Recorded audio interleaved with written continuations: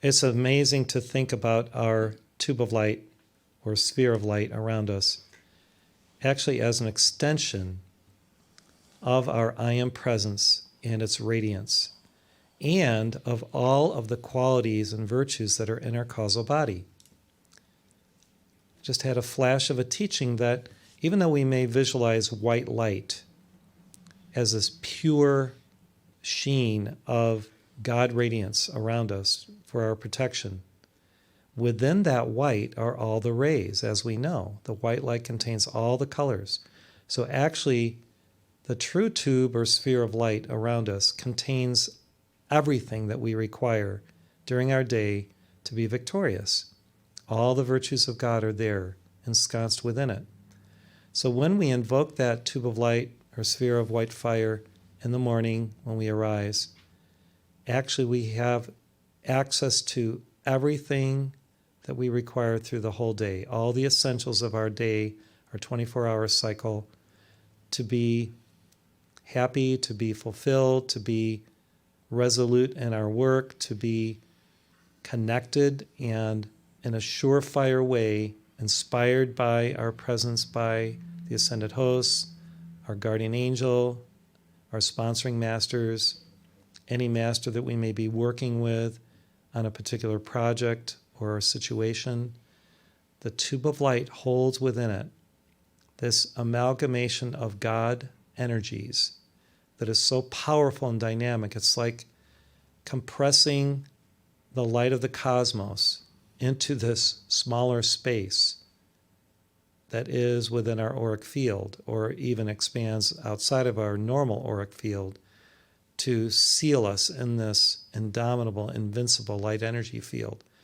It's a beautiful thing to just meditate sometimes on what the tube or sphere of light is and feel it and just spend time feeling it.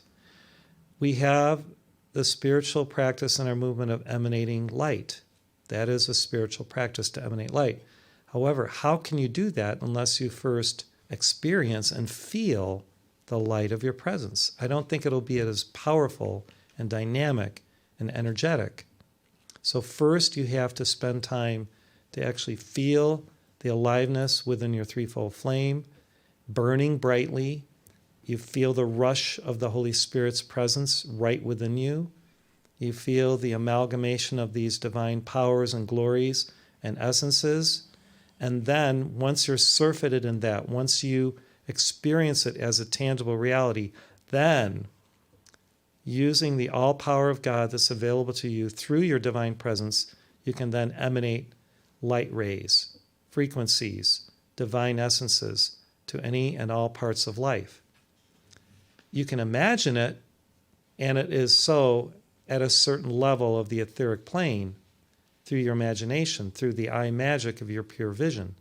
Yet when you experience very definitively through your feeling body and your mind and heart engaged together in this unity field of beingness, that presence of God within you, then when you project it, it has a much more powerful action and dynamic, and it can perform miracles. And by God's grace, in our prayer work together, when we receive a prayer request, people actually feel the results of the prayers of heart friends in our community, of knights and ladies, and anyone who prays. The Masters desired me to share this because sometimes we may visualize and kind of imagine things, yet they're saying take just a few moments to just be still and know that I am God, know the I am as God within you. Generate through your conscious volition that feeling of divineness and the energy of God.